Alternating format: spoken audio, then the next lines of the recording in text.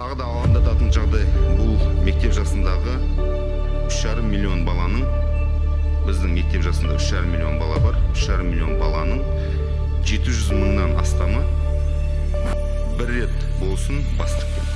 Яғни лудоманиямен таныс, бас тіккен, бұл ойындар қалай болады, бұл ойындарды қалай ойнауға болатынын біледі. 700 мың бала.